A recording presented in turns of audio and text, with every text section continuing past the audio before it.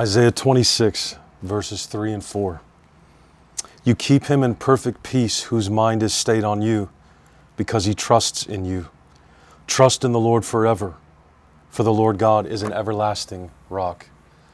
Last week, my wife and I were able to attend the National Youth Conference with several students and adult sponsors from our church. I had an amazing time in the beauty of the Rocky Mountains, even though the altitude was pretty rough to adjust to, but mainly getting to know some of the students better than I had before the trip. And so for me, the real highlight of this trip was the privilege I had at our Holy Communion service on Thursday night to get to pray individually with some of them. I was able to embrace them and shed some tears with them, as well as pray God's blessing over their lives and their futures. It was something I really will treasure for the rest of my life.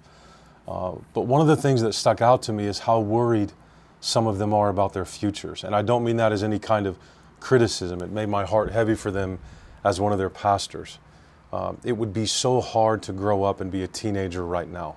I'm sure it wasn't necessarily any easier back in the day, but the unique challenges of our current age are extremely heavy for the students in our church, for all students. And some of them are about to enter college, which will mean new friends, new conversations, new knowledge, new challenges.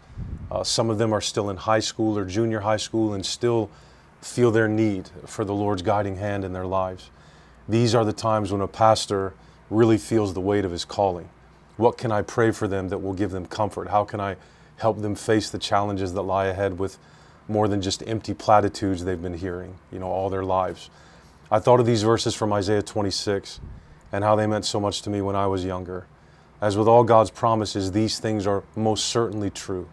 God will keep us in perfect peace when our minds are stayed on Him because we trust in Him. That means fixing our minds on God in and through His Word and sacraments is actually a matter of trust. We don't always need new or particularly special insight or knowledge to navigate the future. What we need is to prioritize trusting in God. The result of faith in this passage is peace. So peace is not dependent on the absence of conflict, but a steady heart and steady mind even in the middle of it. The Lord offers Himself to us as an everlasting rock. Everything else in our lives will rock back and forth, will rumble and sway, but not Jesus. He is for us. God isn't some kind of wily car salesman, right? His fingers are never crossed behind His back.